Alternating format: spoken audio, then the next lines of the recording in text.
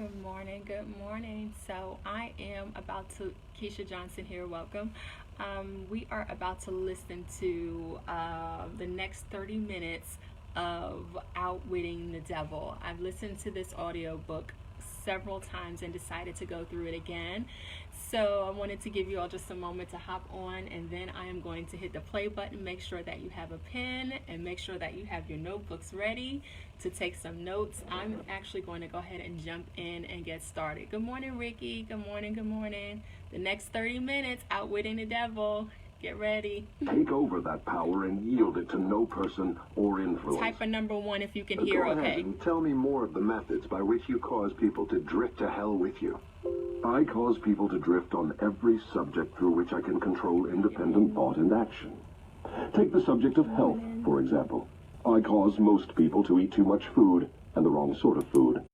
This leads to indigestion and destroys the power of accurate thought. Your method is so powerful. Hold on, I have to back up. He's talking about health here. And so we spoke on Waking Early for His Glory one morning that the enemy uses his main 2 devices. Number 1 is fear, and the second is food. So he's about to go in and explain that right now. So y'all get ready. This audiobook is amazing. So I kind of backed it up just a little bit, but let's go ahead and go. Powerful, your opposition cannot reclaim those whom you have permanently ensnared through drifting? I claim just that. Do you think I would control so many people if my opposition could prevent me? Nothing can stop me from controlling people except people themselves. Nothing can stop me except the power of accurate thought. People who think accurately do not drift on any subject. They recognize the power of their own minds. Moreover, they take over that power and yield it to no person or influence. Go ahead and tell me more of the methods by which you cause people to drift to hell with you. I cause people to drift on every subject through which I can control independent thought and action. Take the subject of health, for example. I cause most people to eat too much food, and the wrong sort of food. This leads to indigestion and destroys the power of accurate thought. If the public schools and the churches taught children more about proper eating, they would do my cause irreparable damage. Marriage. I cause men and women to drift into marriage without plan or purpose designed to convert the relationship into harmony. Here is one of my most effective methods of converting people into the habit of drifting. I cause married people to bicker and nag one another over money matters. I cause them to quarrel over the bringing up of their children. I engage them in unpleasant controversies over their intimate relationships and in disagreements over friends and social activities.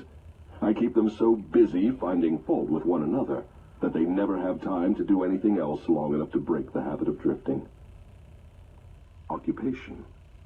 I teach people to become drifters by causing them to drift out of school into the first job they can find, with no definite aim or purpose except to make a living.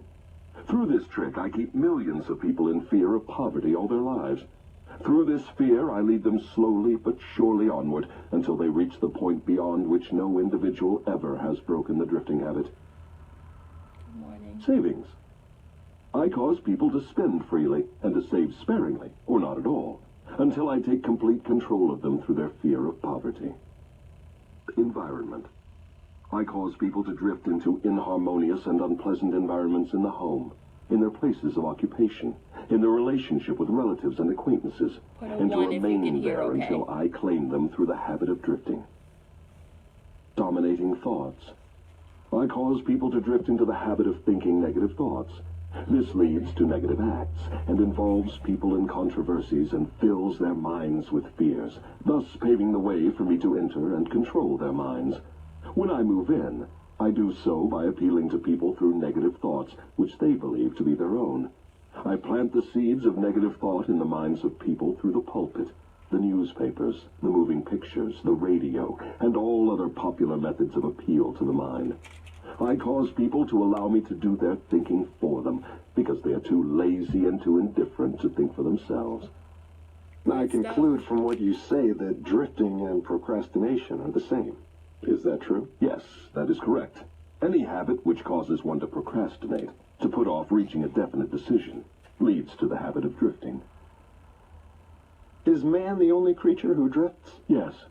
All other creatures move in response to definite laws of nature. Man alone defies nature's laws and drifts when he wills. Everything outside the minds of men is controlled by my opposition, by laws so definite that drifting is impossible. I control the minds of men solely because of their habit of drifting, which is only another way of saying that I control the minds of men only because they neglect or refuse to control and use their own minds. This is getting to be pretty deep stuff for a mere human being. Let us get back to the discussion of something less abstract.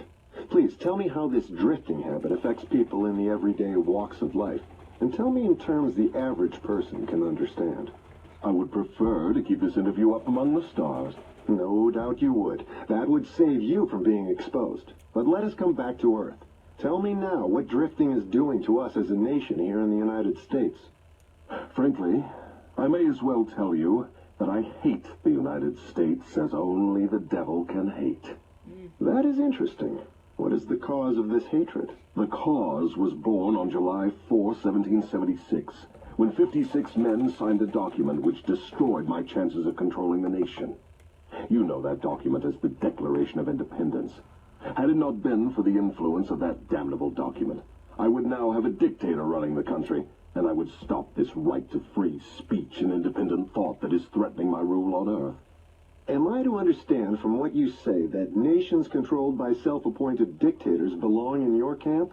There are no self-appointed dictators. I appoint them all. Moreover, I manipulate them and direct them in their work. Nations run by my dictators know what they want and take it by force. Look what I have done through Mussolini in Italy. Look what I am doing through Hitler in Germany. Look what I am doing through Stalin in Russia. My dictators run those nations for me because the people have been subdued through the habit of drifting. My dictators do no drifting. That is why they rule for me the millions of people under their control. What would happen if Mussolini, Stalin, and Hitler turned traitors and disavowed you and your rule? That will not happen because I have them too well bribed. I am paying each of them with the sop of his own vanity, by making him believe he is acting on his own account. That is another trick of mine. Let us come back to the United States and learn something of what you are doing to convert people into the habit of drifting. Right now, I am paving the way for a dictatorship by sowing the seeds of fear and uncertainty in the minds of the people. Through whom are you carrying on your work? Mainly through the president. I am destroying his influence with the people by causing him to drift on the question of a working agreement between employers and their employees. If I can induce him to drift for another year, he will be so thoroughly discredited I can hand over the country to a dictator. If the president continues to drift, I will paralyze personal freedom in the United States, just as I destroyed it in Spain, Italy, Germany, and England. What you say leads me to the conclusion that drifting is a weakness which inevitably ends in failure, whether among individuals or nations. Is that your claim? Drifting is the most common cause of failure in every walk of life. I can control anyone whom I can induce to form the habit of drifting on any subject. The reason for this is twofold. First, the drifter is just so much putty in my hands to be molded into whatever pattern I choose, because drifting destroys the power of individual initiative. Second, the drifter cannot get help from my opposition, because the opposition is not attracted to anything so soft and useless. Is that why a few people are wealthy while the majority of people are poor? That is exactly the reason. Poverty, like physical illness, is a contagious disease. You find it always among the drifters, never among those who know what they want and are determined to get just that. It may mean something to you when I call your attention to the fact that the non-drifters, whom I do not control, and those who possess most of the wealth of the world, happen to be the same people. I have always understood that money was the root of all evil, that the poor and the meek would inherit heaven, while the wealthy would pass into your hands. What have you to say of that claim? Men who know how to get the material things of life generally know how to keep out of the hands of the devil as well.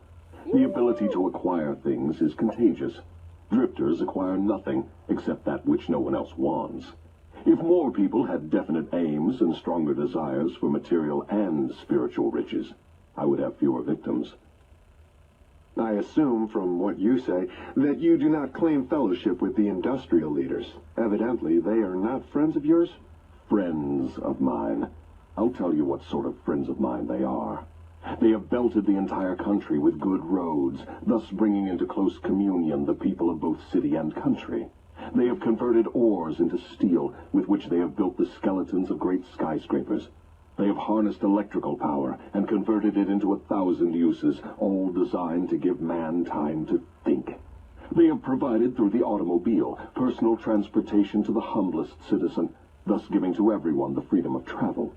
They have provided every home with instantaneous news of what is happening in all parts of the world through the aid of the radio. They have reared libraries in every city, town, and hamlet, and have filled them with books, giving to all who read a complete outline of the most useful knowledge mankind has gathered from his experiences. They have given the humblest citizen the right to express his own opinion on any subject, at any time, anywhere, without fear of molestation. And they have seen to it that every citizen may help make his own laws, levy his own taxes, and manage his own country through the ballot. These are but some of the things the industrial leaders have done to give every citizen the privilege of becoming a nondrifter. Yes, that's right, Demetria. Do you think these men have helped my cause? Well, who are some of the present-day non-drifters over whom you have no control?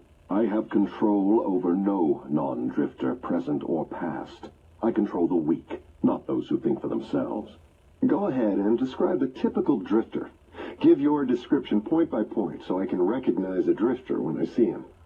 The first thing you will notice about a drifter is his total lack of a major purpose in life. He will be conspicuous by his lack of self-confidence.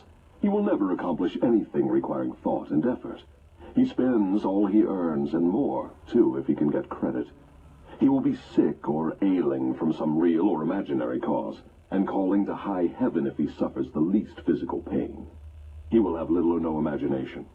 He will lack enthusiasm and initiative to begin anything he is not forced to undertake. And he will plainly express his weakness by taking the line of least resistance whenever he can do so. He will be ill-tempered and lacking in control over his emotions. His personality will be without magnetism, and it will not attract other people. He will have opinions on everything but accurate knowledge of nothing. He may be jack of all trades, but good at none. He will neglect to cooperate with those around him, even those on whom he must depend for food and shelter. He will make the same mistake over and over again, never profiting by failure. He will be narrow-minded and intolerant on all subjects, ready to crucify those who may disagree with him. He will expect everything of others, but be willing to give little or nothing in return. He may begin many things, but he will complete nothing. He will be loud in his condemnation of his government, but he will never tell you definitely how it can be improved. He will never reach decisions on anything if he can avoid it, and if he is forced to decide, he will reverse himself at the first opportunity. He will eat too much and exercise too little. He will take a drink of liquor if someone else will pay for it. He will gamble if he can do it on the cuff. He will criticize others who are succeeding in their chosen calling. In brief, the drifter will work harder to get out of thinking than most others work in earning a good living. He will tell a lie rather than admit his ignorance on any subject.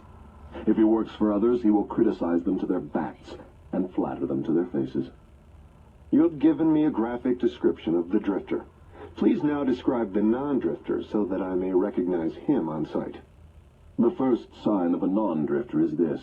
He is always engaged in doing something definite, through some well-organized plan which is definite. He has a major goal in life toward which he is always working, and many minor goals, all of which lead toward his central scheme. The tone of his voice, the quickness of his step, the sparkle in his eyes, the quickness of his decisions clearly mark him as a person who knows exactly what he wants and is determined to get it, no matter how long it may take, or what price he must pay. If you ask him questions, he gives you direct answers and never falls back on evasions or resorts to subterfuge. He extends many favors to others, but accepts favors sparingly, or not at all. He will be found up front, whether he is playing a game or fighting a war. If he does not know the answers, he will say so, frankly. He has a good memory, never offers an alibi for his shortcomings. He never blames others for his mistakes, no matter if they deserve the blame. He used to be known as a go-getter, but in modern times he is called a go-giver. You will find him running the biggest business in town, living on the best street, driving the best automobile, and making his presence felt wherever he happens to be. He is an inspiration to all who come into contact with his mind. The major distinguishing feature of the non-drifter is this: he has a mind of his own and uses it for all purposes. Is the non-drifter born with some mental, physical, or spiritual advantage not available to the drifter? No. The major difference between the drifter and the non-drifter is something equally available to both. It is simply the prerogative right of each to use his own mind and think for himself. What brief message would you send to the typical drifter if you wished to cure him of this evil habit? I would admonish him to wake up and give. Give what? Some form of service useful to as many people as possible. Ooh, So y'all the hear that? non-drifter is supposed to give, is he? Yes, if he expects to get. And he must give before he gets. Some people doubt that you exist. I wouldn't worry about that if I were you. Those who are ready to be converted from the habit of drifting will recognize the authenticity of this interview by its soundness of counsel. The others are not worth the trouble it would take to convert them. Why do you not try to stop me from publishing this confession I'm wringing from you? Because that would be the surest of all ways to guarantee you will publish it. I have a better plan than trying to suppress publication of my confession. I will urge you to go ahead with the publication, then sit back and watch you suffer when some of my faithful drifters begin to make things hot for you. I will not need to deny your story. My followers will do that for me. See if they don't.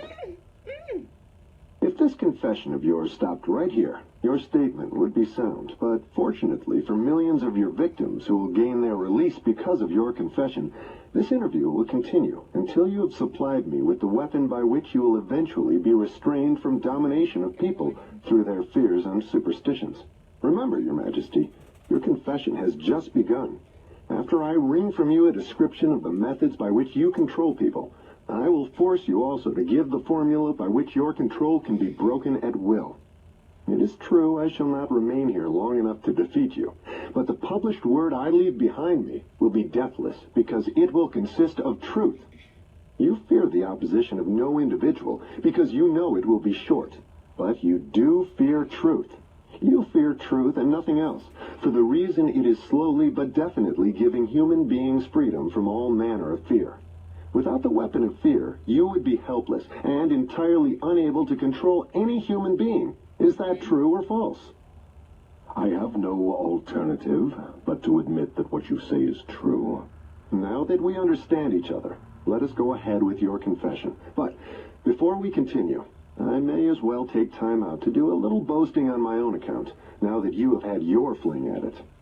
I will confine myself to one question, the answer to which will give me all the satisfaction I want. Is it not true that you control only the minds of those who have allowed the drifting habit to be fixed upon them? Yes, that is true. I have already admitted this truth in a dozen or more different ways. Why do you tantalize me by repeating the question? There is power in repetition.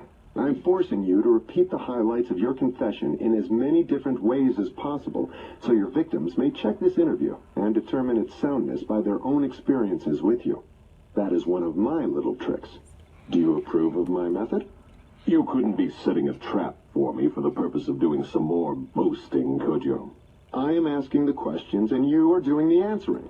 Go ahead now and confess why you are powerless to stop me from forcing this confession from you. I want your confession for aid and comfort to victims of yours whom I intend to release from your control the moment they read your confession. I am powerless to influence or control you because you have found the secret approach to my kingdom. You know that I exist only in the minds of people who have fears. You know that I control only the drifters who neglect to use their own minds. You know that my hell is here on Earth and not in the world that comes after death. And you know also that drifters supply all the fire I use in my hell. You know that I am a principle or form of energy which expresses the negative side of matter and energy, and that I am not a person with a forked tongue and a spiked tail. You have become my master because you have mastered all your fears. Lastly, you know that you can release all of my earthbound victims whom you contact, and this definite knowledge is the blow with which you will deal me the greatest damage. I cannot control you because you have discovered your own mind, and you have taken charge of it. There now, Mr. Earthbound, that confession should feed your vanity to the bursting point. That last dart was unnecessary. Knowledge of the sort I have used to master you does not contaminate itself with vulgar indulgence and vanity. Truth is the one and only thing in the world that can stand ridicule. Now let us continue with your confession. What is wrong with the principle of flattery? You use it, do you not? Do I use it? Man alive, flattery is one of my most useful weapons. With this deadly instrument, I slay the big ones and the little ones. Your admission interests me. Go ahead now and tell me how you make use of flattery. I make use of it in so many ways it is difficult to know where to begin. I warn you, before I answer in detail, that publishing my answers will bring down an avalanche of ridicule on your head for bringing up the question. I'll take the responsibility. Proceed. Well, I may as well here admit that you have stumbled onto the major secret of how I convert people to the habit of drifting. That is a startling admission. Go ahead with your confession, and stick strictly to this subject of flattery. No more side remarks and no more facetiousness for the present. Tell me all about your use of flattery in gaining control over people. Flattery is a bait of incomparable value to all who wish to gain control over others. It has powerful pulling qualities because it operates through two of the most common human weaknesses, vanity and egotism. There is a certain amount of vanity and egotism in everyone. In some people, these qualities are so pronounced, they literally serve as a rope by which one may be bound. The best of all ropes is flattery. Flattery is the chief bait through which men seduce women. Sometimes, in fact, frequently, women use the same bait to gain control of men, especially men who cannot be mastered through sex appeal. I teach its use to both men and women. Flattery is the chief bait with which my agents weave their way into the confidence of people from whom they procure information needed to carry on warfare. Wherever anyone stops to feed his vanity on flattery, I move in and begin to build another drifter. Non-drifters are not easily flattered. I inspire people to use flattery in every human relationship where its use is possible, because those who are influenced by it become easy victims of the drifting habit. Can you control anyone who is amenable to flattery? Very easily. As I have already told you, flattery is of major importance in alluring people into the habit of drifting.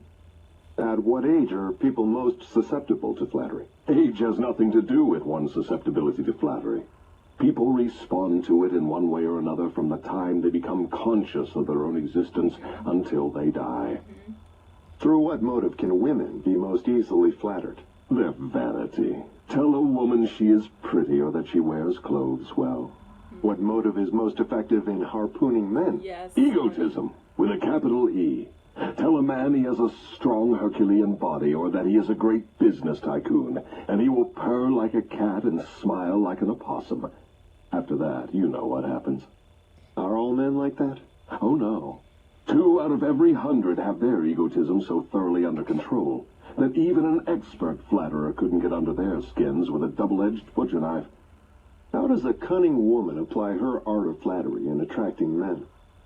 Great heavens, man, do I have to draw a picture of her method for you? Have you no imagination? Oh, yes, I have imagination enough, Your Majesty. But I'm thinking of the poor dupes of the world who need to understand the exact technique with which they may be flattered into the habit of drifting. Go on and tell us how a woman can harpoon rich and presumably smart men. This is a devilish trick to play on women. But since you demand the information, I am helpless to withhold it. Women influence men through a technique consisting first of ability to inject soft, cooing baby tones into their voices, and second, by closing their eyes into a half-closed position, which registers hypnotism in connection with the flattery of men. Is that all there is to the business of flattery? No, that is only the technique. Thank you, Then Jennifer. comes the motive a woman uses as a lure. The type of woman you perhaps have in mind never sells a man herself or anything she can give him. Instead, she sells him his own egotism.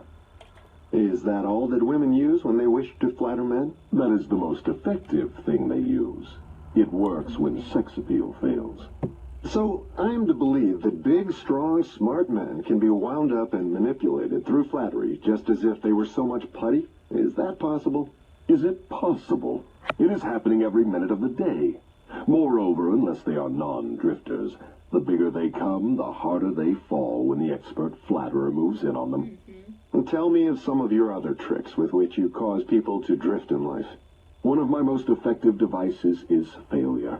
The majority of people begin to drift as soon as they meet with opposition, and not 1 out of 10,000 will keep on trying after failing 2 or 3 times. So it is your business to induce people to fail whenever you can. Is that correct? You have it right.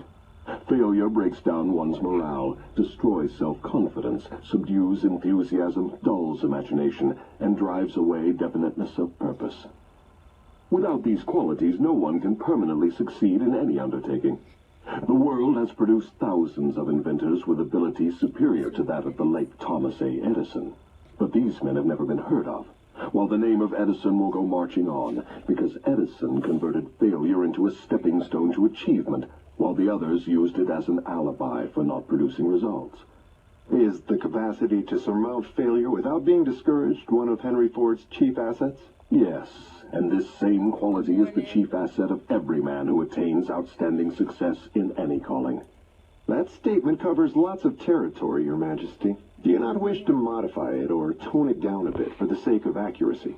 No modification is necessary, because the claim is none too broad. Search accurately into the lives of men and women who achieve enduring success, and you will find without exception that their success has been in exact proportion to the extent that they surmounted failure. The life of every successful person loudly acclaims that which every true philosopher knows. Every failure brings with it the seed of an equivalent success. But the seed will not germinate and grow under the influence of a drifter. It springs to life only when it is in the hands of one who recognizes that most failures are only temporary defeat, and who never, under any circumstances, accepts defeat as an excuse for drifting. If I understand you correctly, you claim there is virtue in failure. That does not seem reasonable. Why do you try to induce people to fail if there is virtue in failure? There is no inconsistency in my claim. The appearance of inconsistency is due to your lack of All right, so that was 30 minutes. You all listen. I pray that you heard something to bless you today. So I want to just do this. What is one thing, what is your one takeaway from what you heard today? I was blown away. Just again, normally when I listen to this, I kind of do it while I'm multitasking. So this is the first time I'm actually just sitting, listening, and taking notes. And his definition of the drifters, I was like, my God. And then his definition of non-drifters. And then even when he started talking about flattery, it just shows us exactly why the Bible lets us know that flattery is a sin. And that's just one of the enemy's devices that he uses. So he talked about using fear, fear being one of his devices. Talked about just now failure being one of his devices. Talked about food being one of his devices, causing the people of God to overeat, not only to overeat, but to overeat, eating the wrong foods, procrastination. I mean, just all of his tricks. And I am telling you all, listen, but I can't spend too much time. I kind of have a routine in the morning, and I kind of just have 30 minutes, but I'll be on again tomorrow to listen to the next 30 minutes. Look, I have a bunch of pages full of notes. I hope that y'all are taking notes. If you're driving, come back and listen to it and take notes. Ruby says her takeaway from this is to keep my mind on things. That's right. Come on. That's right. Listen. All right. So I have to go. Catch the replay if you have to. But listen. This book, Outwitting the Devil by Napoleon Hill. Yeah, procrastination, it hits home in it, and that's why, that's and he uses, let me stop. We'll be here all day talking about this. It's just so much to digest, but if you take nothing else away, listen to the devices that he uses, fear, failure, overeating, problem in marriages, money issues, just flattery, just so much, but I love you all. I will see y'all tomorrow. Let's see. Demetria says, as long as we think for our. That's right. That's right. That's right. Hi, Victoria. That's right. As long as we think for ourselves. That's right. All right. So bye, y'all. Oh, I was about to hit the. I need to hit this button, not that button. Bye, y'all. This was some good stuff. Catch the replay if you have to. Yes, drifting in the marriages, like all of that. He said a mouthful in just 30 minutes. So much to digest. I wish I had time for us to just sit and talk about it. Maybe after we finish listening to the audiobook, we can come back and do a live just talking about the audio and what we learned. All right? Bye, y'all.